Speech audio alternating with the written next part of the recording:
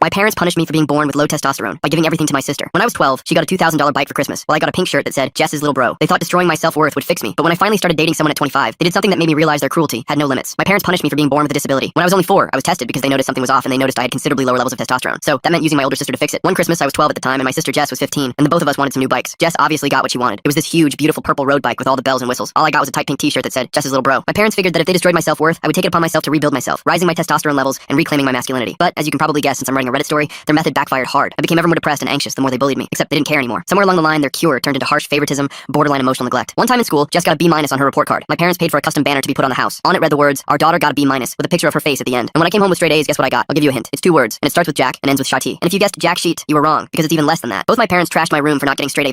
After that, almost nothing surprised me anymore. Even when I got accepted to a solid university with a partial scholarship, my parents called me their biggest disappointment for not getting a full scholarship. Meanwhile, Jess practically flunked out and used the excuse of wanting to take a gap year that turned into 5. And to celebrate, they threw her a party and bought her a new laptop for her creative journey. But then came one of the only, slightly better parts of this story. I managed to move out as soon as possible, working multiple jobs while taking classes to support myself. But when I couldn't afford to come home for Thanksgiving one year, my father said, well, I guess your priorities are elsewhere. Even after creating distance, family gatherings were torture sessions of subtle digs. Still at that starter job, Jess is thinking about starting her own boutique. She's so entrepreneurial. At my graduation, which they arrived late to, my father's first comment was, 4 years for that degree? Seems like a lot of time for what you'll be doing. What made it worse was watching them fawn over Jess, who decided to wear the most extravagant dress possible to the ceremony so she could be the center of attention. Despite everything, I tried maintaining a relationship with Jess. She was still my sister, but it was completely one-sided. I'd reach out and she'd either ignore me or somehow turn every conversation into a competition. If I got a promotion, she suddenly had an amazing opportunity on the horizon. If I started dating someone, she'd immediately be in a serious relationship. Once, after not hearing from her for months, I called to share news about a significant promotion. Hey Jess, guess what? I got promoted to senior analyst. There was a pause before she responded. Okay, anyway, I just got approached by this amazing startup. The salary is probably more than you'll ever make. Of course, the position she mentioned never existed. And when I finally landed my dream job after years of hard work, I made the mistake of mentioning it at a family dinner. Guys, I just got my dream job and okay, but did you hear about Jess? My mom immediately interrupted. She met a successful entrepreneur with connections everywhere. That man turned out to be Dwight. He wasn't a successful entrepreneur. He worked in sales at a mid-sized paper company. But the way my parents talked about him, you'd think he was the next Elon Musk. Their wedding was an extravagant affair that my parents spared no expense for. Meanwhile, I was still paying off my student loans. But then I met one of Jess's short-term friends. And what happened next shifted the family dynamic forever because Jess was not happy. I can't tell you the explanation in this short video. I met Catherine at my cousin's engagement party of all places. She was standing by the dessert table looking uncomfortable in a way that felt familiar. When our eyes met, her face went through a series of expressions. Recognition, surprise, then something like concern. She approached me hesitantly. I recognized her immediately as one of Jess's college friends who had mysteriously disappeared from her social circle years ago. Catherine had always been different from Jess's usual crowd, quieter, more genuine, less interested in the constant competition my sister thrived on. We started talking, and within minutes it felt like we'd known each other forever. She laughed at my terrible jokes about the overly fancy hors d'oeuvres. I found myself telling her about my new job, and unlike my family, she actually listened. Her eyes lit up when I explained the technical aspects of my work. She asked real questions, not the dismissive kind I was used to. The chemistry was immediate and undeniable. We spent the entire party together, tucked away in a corner, talking about everything from our favorite books to our career ambitions. She worked as a graphic designer and showed me some of her portfolio on her phone. Her creativity amazed me. Then Jess spotted us. I watched my sister's face transform as she recognized who I was talking to. Her practiced smile faltered for just a moment before she composed herself and glided over in her designer heels. She air-kissed Catherine's cheek with the enthusiasm of someone greeting their dentist. The conversation that followed was painfully awkward. Jess kept making subtle digs about their shared past, mentioning parties Catherine hadn't been invited to, and inside jokes that pointedly excluded her. Catherine handled it with grace, but I could see the tension in her shoulders. After Jess finally left to corner some other guest, Catherine turned to me with an apologetic smile. She explained that she and Jess had a falling out years ago when she refused to go along with one of my sister's schemes to humiliate another friend. That was all I needed to hear. We exchanged numbers that night. Our first date was the following weekend. Nothing fancy, just coffee and a walk in the park. It was perfect. Catherine was everything my family had taught me I didn't deserve. Kind, intelligent, genuinely interested in who I was as a person. The backlash started immediately. Jess began texting me constantly, something she hadn't done in years. Her messages ranged from fake concern, I just want to make sure you know what you're getting into, to outright lies about Catherine's past. She claimed Catherine had stolen from her, spread rumors about her, even tried to seduce one of her boyfriends. When I asked for specifics, she became evasive. At the next family dinner, my parents suddenly became very interested in my love life. My mother grilled me about Catherine's family background, her education, her career prospects. When I mentioned she was a freelance designer, my father scoffed. Freelance? So unemployed with extra steps? Jess sat there with a satisfied smirk, occasionally adding helpful comments like, she always was a bit unstable, and I tried to help her back in college, but some people just can't be helped. Despite their efforts, Catherine and I continued dating. She made me happier than I'd been in years. For the first time, I had someone who celebrated my achievements instead of diminishing them. When I got a raise, she took me out to dinner. When I had a bad day, she actually listened without making it about herself. The manipulation escalated. Jess started showing up at places she knew we'd be. Once we ran into her at a restaurant 40 minutes from her house, a place she'd somehow discovered we had reservations at. She acted surprised, then invited herself to join us with Dwight in tow. They spent the entire meal talking over us, with Jess reminiscing about college parties and making Catherine visibly uncomfortable. My parents began planning family events on days they knew I had plans with Catherine. When I couldn't attend, they'd guilt me about choosing some girl over family. When I did bring Catherine, they'd spend the entire time making her feel unwelcome. My mother would forget to set a place for her at dinner. My father would pointedly ignore her attempts at conversation. 3 months into our relationship, things took a darker turn. Catherine started receiving anonymous messages on social media. Old photos from college edited to make her look bad, fake screenshots of conversations she'd never had. The messages came from throwaway accounts, but I had my suspicions. Then came the incident at Jess's birthday party. My parents insisted I attend, and Catherine graciously agreed to come with me despite everything. The moment we arrived, I knew something was wrong. Jess was practically glowing with anticipation. Halfway through the party, Jess clinked her glass for attention. She announced she had a funny story to share about her college days. What followed was a carefully crafted narrative about a friend who had tried to steal her identity, ruin her reputation, and destroy her life. She never said Catherine's name, but her eyes never left her face. Catherine excused herself to the bathroom. I found her there 10 minutes later, tears streaming down her face. She told me the real story, how Jess had used her social security number to open credit cards, nearly destroying her credit before she discovered it. When she confronted Jess privately, my sister had threatened to spread lies about her if she told anyone. I was furious, but when I confronted Jess, she played innocent. I wasn't talking about Catherine. I'm really curious about why the parents chose such a strange way to deal with their son's testosterone levels. Using his sister to somehow fix a medical condition seems like such an odd choice when doctors exist. Why would she think that? Unless, oh my god, did she actually do those things? My parents predictably took Jess's side. My mother pulled me aside to express her concerns about Catherine's reaction. My father suggested I might want to reconsider this relationship before things got too serious, but their tactics were starting to backfire. The more they pushed, the more I saw Catherine's strength and integrity in contrast to my family's manipulation. She never asked me to choose between her and them. She never badmouthed them, even when she had every right to. She simply stood by me, offering support without judgment. The relationship deepened despite every obstacle they threw our way. Catherine met my work friends, who immediately loved her. She introduced me to her family, normal, supportive people who welcomed me warmly. For the first time, I experienced what healthy family dynamics look like. Jess's attempts grew more desperate. She started calling Catherine's clients, pretending to be checking references, but actually spreading subtle doubts about her professionalism. Catherine lost lost 2 contracts before we figured out what was happening. Dwight, it turned out, was helping by using his sales connections to find out who Catherine was working with. The evidence was right there on Catherine's laptop screen. I watched her scroll through the call logs from her biggest client, showing multiple calls from numbers that trace back to Dwight's company. Catherine's hands trembled as she showed me the timeline. Each call happened right before she lost a contract. I drove straight to my parents' house that evening. My mother was arranging flowers in the kitchen while my father read his newspaper in the living room. I laid out the printed call logs on the kitchen counter. My mother glanced at them briefly before turning back to her flowers. My father didn't even look up from his paper. The following week, Catherine received notice that her lease wouldn't be renewed. Her landlord mumbled something about property renovations, but the timing was too convenient. I helped her search for new apartments, but every application got mysteriously delayed or rejected. One property manager accidentally let slip that someone had called asking about her rental history, claiming to be a previous landlord. Catherine moved in with me temporarily. My apartment was small, but we made it work. She set up her design workspace in the corner of the living room, transforming it into a creative haven. Despite everything, she kept working, kept creating, kept moving forward. Jess escalated her tactics. She started posting old photos on social media, carefully curated to paint a specific narrative. Pictures from college parties where Catherine looked tired became evidence of wild behavior. Group photos were cropped to exclude Catherine, with captions about real friends. Each post gathered likes and comments from Jess's followers, none of whom knew the real story. My work life became a target too. My boss mentioned receiving strange calls asking about my performance and reliability. Fortunately, my track record spoke for itself, but the calls kept coming. HR eventually traced them to various numbers, all dead ends, but the pattern was clear. Family dinners became interrogations. My mother would spend the entire meal asking pointed questions about Catherine's work situation, her living arrangements, her future plans. My father would make comments about stability and making smart choices. Jess would sit there looking concerned, occasionally mentioning how worried she was about me. Catherine suggested we skip the next few family gatherings. I agreed, but that only made things worse. My parents started showing up unannounced. They'd arrive at my apartment on Sunday mornings, expressing concern about my absence from family events. They'd look around disapprovingly at Catherine's work setup, making comments about the apartment being crowded. During one of these surprise visits, my mother noticed Catherine's portfolio on the coffee table. She flipped through it dismissively, then suddenly stopped at one particular design. Her face changed, and she quickly closed the portfolio. Later, Catherine discovered that same design had been posted on a competitor's website, slightly modified but clearly stolen. The theft was traced back to an email account that had requested her portfolio for a potential project weeks earlier. The email had come from a domain registered to a company that, after some digging, had connections to one of Dwight's business associates. Catherine's resilience amazed me. Instead of breaking down, she documented everything. She started watermarking her work, keeping detailed records of every client interaction, every strange occurrence. She rebuilt her client base slowly, working twice as hard to overcome the sabotage. I confronted Dwight directly one evening when I knew Jess would be at her yoga class. He answered the door with his usual salesman smile, but it faltered when he saw my expression. I presented him with the evidence of the calls to Catherine's clients. He stammered through denials, but his face told a different story. The confrontation achieved nothing concrete, but it sent a message. The calls to Catherine's clients stopped, though the family pressure intensified. My parents began talking about inheritance, about family legacy, about the importance of choosing the right life partner. The implications were clear. Jess tried a new approach. She started befriending Catherine's remaining clients at networking events, subtly positioning herself as an alternative designer. She mentioned her experience in graphic design, though she'd never worked in the field. She'd drop hints about reliability issues with other designers, never naming names but making implications. Catherine and I developed strategies to counter each move. We attended networking events together, with me introducing her to contacts from my industry. We documented every interaction with Jess, every suspicious incident. We built a support network of friends who knew the truth. My relationship with my parents deteriorated further. Phone calls became lectures about family loyalty and making the right choices. They started mentioning other women they thought would be suitable for me, daughters of their friends who had stable careers and good families. The breaking point came at my cousin's wedding. Catherine and I arrived to find we'd been seated at separate tables. The seating chart had supposedly been changed at the last minute due to space issues. I was placed at the family table, while Catherine was relegated to a back corner with distant relatives no one really knew. I switched the place cards myself, sitting with Catherine despite my mother's visible displeasure. Throughout the reception, family members kept approaching our table, but not to talk to us. They spoke over us, around us, as if Catherine wasn't there. My aunt made a point of discussing Jess's latest business venture while standing directly between Catherine and me. Jess gave a toast that night, ostensibly for the bride and groom, but filled with veiled references to loyalty, choosing the right partner, and the importance of family approval. She maintained eye contact with me throughout, her smile never reaching her eyes. After the wedding, Catherine broke down in the car, not from sadness, but from exhaustion. The constant pressure, the subtle attacks, the need to always be on guard, it was wearing on both of us. We sat in the parking lot for an hour, discussing our options. We decided to take control of the narrative. Catherine started a blog about her design work, sharing her creative process and showcasing her portfolio. She wrote honestly about the challenges of freelancing, without mentioning the sabotage directly. The blog gained traction, attracting new clients who appreciated her transparency and talent. I reduced contact with my family to essential interactions only. Birthdays, major holidays, emergencies. Each boundary I set was met with guilt trips and manipulation attempts. My mother would call crying about how I was breaking her heart. My father would send emails about disappointment and family values. Jess, meanwhile, was struggling. Her boutique idea never materialized, despite my parents' financial support. She pivoted to becoming a lifestyle consultant, then a wellness coach, then a social media influencer. Each venture failed when it required actual work and expertise. Dwight's true nature began showing. Without the constant drama of sabotaging Catherine to occupy them, cracks appeared in their marriage. He spent more time at work, coming home later and later. Jess complained to anyone who would listen about feeling neglected, though she never made the connection to how they treated others. Catherine's business began thriving again. Word of mouth from satisfied clients outweighed any negative rumors. She landed a major contract with a tech startup, designing their entire brand identity. The success was entirely her own, earned through talent and perseverance. My parents couldn't handle it. They increased their attempts to break us up, becoming less subtle with each try. They offered to pay off my student loans if I would reconsider my choices. They suggested family therapy, but only if Catherine wasn't included. They even staged an intervention, bringing in extended family to express their concerns. During the intervention, something unexpected happened. My uncle, who had been quiet throughout, suddenly spoke up. He revealed that he'd witnessed some of Jess's behavior over the years, the lies, the manipulation, the way my parents enabled her. He kept quiet to maintain family peace, but he couldn't watch it anymore. His revelation opened floodgates. Other family members began sharing their own observations. My cousin mentioned how Jess had tried to sabotage her engagement by spreading rumors about her fiancé. Talk about family gatherings going from awkward to someone call a documentary crew level drama. The uncle dropping truth bombs after years of silence is like finding out the quiet kid in class was keeping receipts the whole time. My aunt recalled Jess taking credit for charity work she'd never done. Pattern after pattern emerged. My parents sat in stunned silence as their carefully constructed narrative crumbled. Jess wasn't there. She'd conveniently developed a migraine that morning, but Dwight was, and his expression grew increasingly uncomfortable as the stories mounted. The intervention ended with my parents in tears, though I couldn't tell if they were tears of recognition or just upset that their plan had backfired. They asked everyone to leave, and I haven't heard from them since that day. Catherine and I grew stronger through each challenge. We learned to recognize manipulation tactics immediately, to support each other without question, to build boundaries that protected our peace. Her business continued growing, and my career advanced on its own merits. Jess made one last attempt to cause trouble. She created a fake social media profile impersonating Catherine, posting inflammatory content to damage her professional reputation. But we'd anticipated this move. Catherine had already secured her online presence, and the fake profile was quickly reported and removed. The investigation into the fake profile revealed something interesting. The IP address traced back to Dwight's work computer. Whether it was him or Jess using his access, the evidence was clear. Catherine chose not to pursue legal action, but she did send a formal cease and desist letter through a lawyer friend. The letter had an immediate effect. All harassment stopped overnight. No more anonymous messages, no more mysterious calls to clients, no more coincidental encounters. The silence was almost unsettling after months of constant attacks. I received one final communication from my family, a letter from my mother. She wrote about disappointment and broken hearts, about choosing outsiders over blood, about the pain I'd caused. She ended by saying I would always be welcome back when I came to my senses, and left Catherine. I kept the letter as a reminder, not of what I'd lost, but of what I gained. Freedom from manipulation, a partner who truly supported me, and the knowledge that family isn't defined by blood, but by how people treat each other. Catherine's latest project was her biggest yet, a complete rebrand for a national nonprofit. She worked long hours, pouring her creativity into every detail. I supported her however I could, bringing her meals during late work sessions, celebrating small victories, being the cheerleader my family never was for me. Success attracted attention. Other designers began reaching out to Catherine for collaboration opportunities. She built a network of creative professionals who respected her work and ethics. The community she created stood in stark contrast to the toxic environment my family perpetuated. We started talking about the future, making plans that didn't revolve around defending ourselves from attacks. We discussed travel, career goals, maybe starting our own family someday. Each conversation reinforced how much we'd grown through the adversity. The universe seemed to balance itself. While Catherine and I built our life together, Jess and Dwight's marriage crumbled. Social media posts about their perfect life became less frequent, then stopped altogether. Mutual acquaintances mentioned seeing them arguing in public, the facade finally cracking under its own weight. My parents reached out once more, asking me to support Jess through her divorce. They seemed to have forgotten all the pain she'd caused, focusing only on their golden child's current suffering. I declined politely but firmly, maintaining the boundaries that protected my peace. Catherine never gloated about Jess's misfortune. She simply continued building her business, creating beautiful designs, and living her life with integrity. Her example taught me more about strength and character than my family ever did. Work became a refuge and a source of pride. My colleagues respected my contributions, and my superiors recognized my potential. I earned a promotion to team lead, a position that came with real responsibilities and opportunities for growth. Catherine celebrated with me genuinely, making a special dinner and toasting to future successes. We moved to a larger apartment, one with dedicated space for Catherine's studio and room to breathe. Decorating our new home together felt like building a life free from the shadows of my past. Every choice we made was ours alone, unclouded by family expectations or manipulations. Occasionally, I'd hear updates about my family through the grapevine. Jess had moved back in with my parents after the divorce. She was trying another new career, this time as a life coach, which would have been funny if it weren't so predictable. My parents continued enabling her, pouring money into each failed venture. Catherine suggested we try therapy, not because our relationship needed it, but to process everything we'd been through. We found a therapist who specialized in family trauma and manipulation. Through our sessions, I began understanding the deeper patterns of my upbringing, how the favoritism and emotional neglect had shaped me. The therapy revealed how much I'd normalized toxic behavior. What I'd accepted as typical family dynamics were actually forms of abuse. Learning to recognize and name these patterns gave me power over them. I could see manipulation attempts coming from miles away and shut them down before they took root. Catherine went through her own healing process. The betrayal by someone she'd once considered a friend, followed by months of harassment, had left marks, but she worked through them with the same determination she brought to everything else in her life. We established new traditions, just the two of us. Sunday morning farmers market visits, monthly museum trips, cooking elaborate meals together on Friday nights. Each tradition was a small act of building the life we wanted, free from toxic influences. My work performance continued improving without the constant family drama draining my energy. I spearheaded a major project that saved the company significant money, earning recognition from senior management. The success felt even sweeter because it was mine alone, unconnected to family name or connections. Catherine's reputation in the design community grew to the point where clients sought her out specifically. She raised her rates to reflect her expertise, and clients gladly paid them. The girl my family had dismissed as unstable and unemployable was now turning down projects because her schedule was full. We attended industry events together, supporting each other's professional growth. At one such event, we encountered someone who knew both Jess and Catherine from college. After a few drinks, she revealed more stories about Jess's behavior, patterns of manipulation and credit stealing that went back years. These revelations no longer surprised me, but they did reinforce our decision to maintain distance. Every story confirmed that Jess's behavior wasn't new or specifically targeted at Catherine. It was who she'd always been, enabled and encouraged by our parents' blind favoritism. Life settled into a rhythm free from crisis. We woke up each morning without dreading what new attack might come. We made plans without having to consider how my family might sabotage them. We lived authentically, choosing our own path without apology. The contrast between our life and my family's became increasingly stark. While we built something real together, they remained trapped in their toxic patterns. Jess cycled through another relationship, this time with someone who seemed to see through her facade quickly. My parents aged rapidly, the stress of maintaining their delusions taking its toll. I felt sad sometimes, mourning the family I'd never really had, but the sadness was clean, uncomplicated by guilt or obligation. Catherine understood these moments, holding space for my grief while reminding me of the love and support I'd found elsewhere. Our friend circle expanded to include other couples who dealt with toxic families. We shared stories, strategies, and support. The community we built was based on mutual respect and genuine care, everything my biological family wasn't. Catherine landed her dream project, designing the visual identity for a social justice organization she'd admired for years. The work aligned with her values and showcased her skills perfectly. Watching her present her designs to the board, confident and brilliant, filled me with pride my parents had never shown for my achievements. We celebrated privately that night, just the two of us. No family drama to overshadow the moment, no backhanded compliments or immediate comparisons to Jess, just pure joy for Catherine's success and our life together. The peace we'd fought for felt precious because we knew its cost. Every boundary we'd set, every manipulation we'd resisted, every attack we'd weathered had led to this life we built. It wasn't perfect, but it was ours, created through love and mutual respect rather than obligation and fear. Looking forward, we saw possibilities rather than obstacles. Catherine talked about potentially starting her own design firm. I considered pursuing an advanced degree to further my career. We discussed these dreams as partners, each supporting the other's ambitions without competition or sabotage. The family I'd grown up in had taught me what love wasn't. Through their favoritism, manipulation, and emotional neglect, they'd shown me exactly what to avoid. Catherine had taught me what love was: support without conditions, celebration without jealousy, partnership without power struggles. Our story was still being written, but the chapters filled with family drama were closing. What lay ahead was ours to determine, free from the toxic influences that had once threatened to destroy us. We'd survive the worst they could throw at us and emerge stronger, together, and finally free. Something about this IP address discovery feels too convenient. Dwight's work computer being the source. The timing of everything stopping right after that legal letter makes me wonder if there's more to who was really behind those fake profiles than we're seeing here. The morning after the cease and desist letter was delivered, I woke to find Catherine already at her computer, working on a new project. She landed another client through her blog, someone who specifically mentioned appreciating her authentic approach to design. I made coffee and watched her work, marveling at how she transformed our living room corner into a professional studio. My phone buzzed with a text from an unknown number. The message was brief, asking me to meet at a coffee shop downtown. The sender identified themselves as Dwight's co-worker, claiming to have information about the harassment campaign. Catherine and I exchanged glances before I agreed to the meeting. The coffee shop was crowded when I arrived. A nervous-looking man in his 30s waved me over to a corner table. He introduced himself as Marcus, explaining that he'd worked with Dwight for 3 years. Over the next hour, he laid out everything he'd witnessed. Dwight using company resources to make those calls, bragging about helping his wife put someone in their place, even showing off the fake social media profiles during lunch breaks. Marcus handed me a flash drive containing screenshots and recordings he'd secretly made. He explained that he'd been documenting everything after Dwight tried to rope him into the scheme. The evidence was overwhelming, showing not just Dwight's involvement, but Jess's direct participation through messages and emails. I thanked Marcus and headed home with the flash drive. Catherine and I spent the evening reviewing the files, creating backups, and organizing everything chronologically. The sheer scope of their campaign was staggering. Months of coordinated attacks designed to destroy Catherine's career and our relationship. The next family gathering was my grandmother's 85th birthday. Catherine and I debated attending, but ultimately decided to go. My grandmother had always been kind to me, and I wanted to celebrate her milestone. We arrived to find the party already in full swing, with Jess holding court near the gift table. My parents greeted us coldly, barely acknowledging Catherine's presence. We found seats near my grandmother, who squeezed my hand warmly and complimented Catherine's dress. For a while, the party proceeded normally, with cake and presents and distant relatives catching up. Then Jess approached our table, Dwight trailing behind her. She made a show of examining Catherine's outfit, making subtle comments about affordability and taste. Catherine remained composed, focusing on her conversation with my grandmother. Jess's frustration at being ignored was visible. The situation escalated when Jess accidentally knocked over her wine glass, splashing red wine across Catherine's portfolio bag. She apologized with exaggerated concern, dabbing at the bag with napkins while making it worse. Catherine simply moved the bag away and continued eating her cake. Dwight, emboldened by alcohol, started making increasingly bold comments about Catherine's business. He mentioned specific clients by name, wondering aloud about their satisfaction levels. Each comment matched information from Marcus's files, confirming everything we learned. My uncle, the same one who'd spoken up during the intervention, noticed the tension. He moved closer to our table, positioning himself as a buffer. His wife joined him, creating a protective circle around us. Other family members began noticing the dynamics, whispering among themselves. Jess, realizing she was losing control of the situation, tried a different approach. She announced loudly that she had exciting news to share. Everyone turned to look as she revealed her latest venture, a design consultancy that would help small businesses with their brand branding needs. The irony wasn't lost on anyone who knew the full story. My grandmother, sharp despite her age, asked pointed questions about Jess's qualifications and experience. Jess fumbled through vague responses about natural talent and fresh perspectives. My grandmother's expression grew increasingly skeptical with each answer. Catherine excused herself to the restroom. I followed shortly after, finding her in the hallway taking deep breaths. We didn't need words. I simply held her hand until she felt ready to return. Together, we walked back into the party, heads high. The remainder of the party passed in a blur of forced conversations and tense silences. As we prepared to leave, my grandmother pulled me aside. She pressed something into my hand, a check made out to Catherine's business. She whispered that she'd been following Catherine's blog and was impressed by her work. Outside, Catherine and I sat in the car for a moment, processing everything. The check from my grandmother wasn't just money, it was validation, a sign that not everyone in my family was blind to the truth. We drove home in comfortable silence, both lost in thought. The following week brought unexpected developments. Marcus called to inform me that Dwight had been placed on administrative leave after the company discovered his misuse of resources. Apparently, their IT department had been investigating unusual phone patterns for weeks before Marcus came forward. Catherine's business received a surge of new inquiries. Several came from people who'd heard about her through my grandmother, who'd apparently been singing her praises at her senior center. Others came through her blog, where her honest posts about overcoming professional challenges resonated with fellow freelancers. I received a promotion at work, moving into a senior management position. The raise was substantial, finally allowing us to start saving for a house. Catherine and I celebrated quietly at home, cooking dinner together and planning our future. No family drama, no comparisons to Jess, just genuine happiness for our success. Jess's design consultancy lasted exactly 3 weeks. Without actual skills or experience, she couldn't deliver on her promises. Her first and only client, a friend of my mother's, politely declined to continue after seeing Jess's design concepts, poorly copied templates from online sources. My parents' attempts to blame Catherine for Jess's failure were met with unexpected resistance from extended family. My uncle shared the evidence he'd gathered over the years. My cousin revealed messages where Jess had tried to sabotage her wedding. My grandmother simply stated that she was disappointed in how my parents had handled everything. The family dynamic shifted dramatically.